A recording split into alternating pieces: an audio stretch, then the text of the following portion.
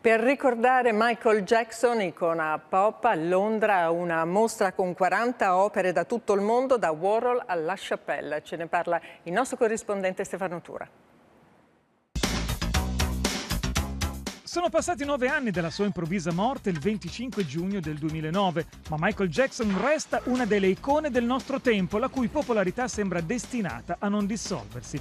Nello stesso anno in cui il re del pop avrebbe festeggiato i 60 anni, la National Portrait Gallery di Londra lo celebra con una mostra straordinaria che punta ad analizzare il fenomeno sociale che Jackson continua a rappresentare.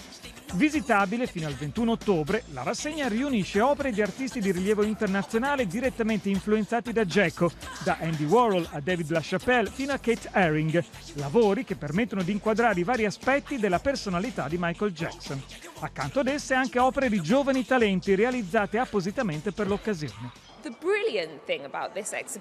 La cosa interessante di questa rassegna è vedere come ogni artista abbia ritratto Michael Jackson in modo differente, spiega Lucy Dawson, curatrice della mostra, chi ne esalta il culto della celebrità e chi il suo essere un'acclamata superstar. Ad accomunarli un'attrazione totale verso l'artista americano come soggetto di culto, la cui figura ha finito per assumere un rilievo prodigioso, esteso ben oltre i confini della musica e dello spettacolo.